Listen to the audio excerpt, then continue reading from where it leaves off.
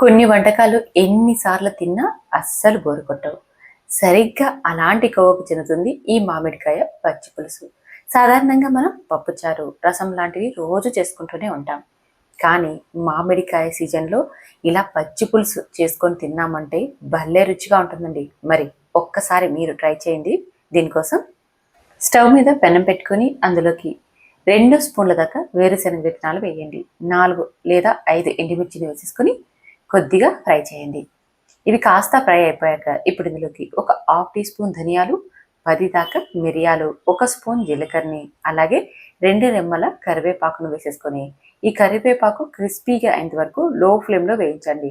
అప్పుడు మిగతా దినుసులన్నీ కూడా మనకి మంచిగా ఫ్రై అయిపోతాయి.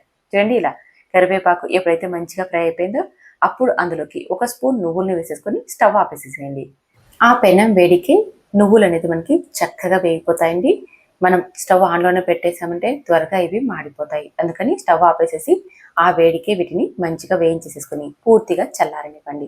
అవి చల్లారేలోపు ఒక మామిడికాయకి తొక్కు తీసి ముక్కలుగా కట్ చేసేసుకోవాలి. ఇక్కడ ఎన్ని మామిడి ముక్కలు వేయాలంటే మనకి ఎంతైతే పులుపు కావాలో ఆ పులుపును బట్టి మీరు మామిడికాయ ముక్కల్ని తీసుకోవాలి.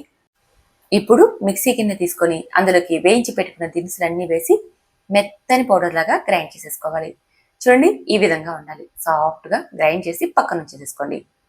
ఇప్పుడు అదే మిక్సీ గిన్నెలోకి మామిడికాయ ముక్కల్ని వేసేసుకొని ఈ మామిడికాయ ముక్కల్ని కూడా మెత్తగా గుజ్జు చేసి పక్కన ఉంచేసేసుకోవాలి. చూడండి, ఈ విధంగా ఉండాలి. మనం రసంలో వేస్తే కలిసిపోవాలన్నమాట. అలా గ్రైండ్ చేసేసుకోండి. ఇందాక వేయించుకున్నాం కదా దినుసులన్నీ, అదే పెనంలోకి 1 స్పూన్ నూనెను వేసేసుకొని హాఫ్ టీ స్పూన్ జీలకర్ర, 1 పచ్చిమిర్చి, 1 ఎండుమిర్చి, కొద్దిగా కరివేపాకు వేసేసుకొని క్రిస్పీగా వేయించండి. ఈ పోపు క్రిస్పీగా అయిపోయాక ఇందులోకి 1 ఉల్లిపాయని మీడియం సైజ్ ముక్కలుగా కట్ చేసి వేసేసుకోండి. ఉల్లిపాయని లైట్గా వేయించండి. చూడండి, ఈ విధంగా ఇలా కొన్ని సెకండ్ల పాటు మాత్రమే వేయించి ఇప్పుడు స్టవ్ ఆపేసేసుకోండి. స్టవ్ ఆపేసేసి ఇప్పుడు ఈ పెనంలోకి మనం మామిడికాయని గుజ్జు చేసి పెట్టుకున్నాం కదా, ఆ గుజ్జును ఇందులోకి వేసేసుకోవాలి. అలాగే పావు లీటర్ దాకా నీళ్ళను కూడా వేయండి. తర్వాత ఇందులోకి మనం గ్రైండ్ చేసి పెట్టుకున్నాం కదా ఈ మసాలా పౌడర్ని కూడా ఇందులోకి వేసేసుకోవాలి. అలాగే రుచికి సరిపడా ఉప్పును కూడా వేసేసుకొని ఒక్కసారి ఇదంతా కలిపి చూడండి. ఇలా కలిపితే మనకి పులుపుకు తగ్గట్టుగా వాటర్ని యాడ్ చేసేసుకోవచ్చు. ఇప్పుడు మీరు తీసుకున్న కారంకి పులుపుకి సరిపడా వాటర్ని యాడ్ చేయండి. ఇలా వేసేసుకొని మరొక్కసారి ఇదంతా బాగా కలిసేలా కలిపి ఉప్పు అయిందో లేదో చెక్ చేసేసుకోండి.